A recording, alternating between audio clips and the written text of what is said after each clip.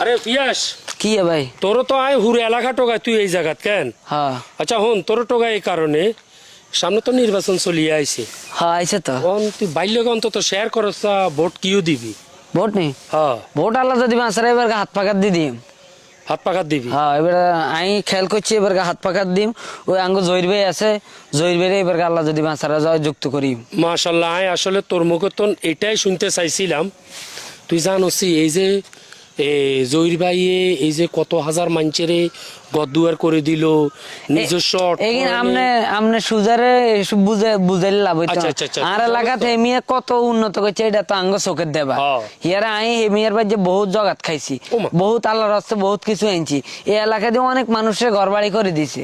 আমনে কেদে না আচ্ছা আচ্ছা আচ্ছা জানোস তো ভালো কথা। এই আমি মানে বুঝাইতাম চাইছিলাম অন্তজাক তুই জানোস এইগুলা। ইনশাল্লাহ আমরা সবাই জানাই দিম এবার হাত ফাঁকাত দেন ভোট দেয়। জহির একজন যোগ্য প্রার্থী। যোগ্য প্রার্থী। এটা বুঝতে আমি হইব। সাতকিল সোনাইমুড়ির যত ফ্যান ফলোয়ার আছে সবাই এই ভিডিওটা শেয়ার করবেন, হাত পাকা জহির ভাইকে ভোটটা দিবেন। যাক আমরা করে অনুরোধ করি কইছি যদি হারেন আল্লাহ দিগিরে নিয়ে ওকে ভোট দিয়ে নে মেয়েরে। জহির ভাই ব্যক্তিগত হিসাবে মানুষ অনেক অনেক ভালো, অমায়িক। এটা আপনারাই জানেন। অমাইক অমাইক অমায়িক। হ্যাঁ অমাইক।